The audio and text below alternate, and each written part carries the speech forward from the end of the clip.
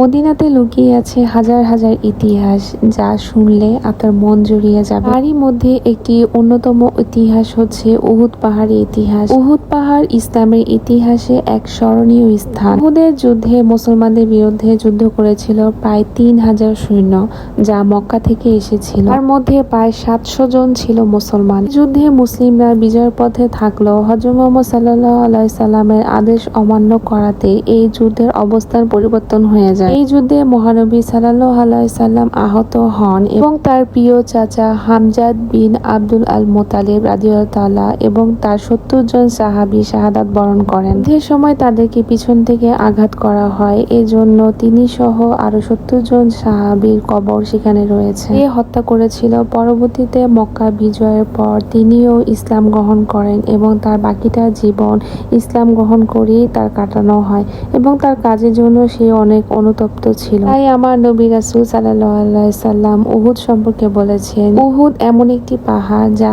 আমাদেরকে ভালোবাসে, আমরাও তাকে ভালোবাসি।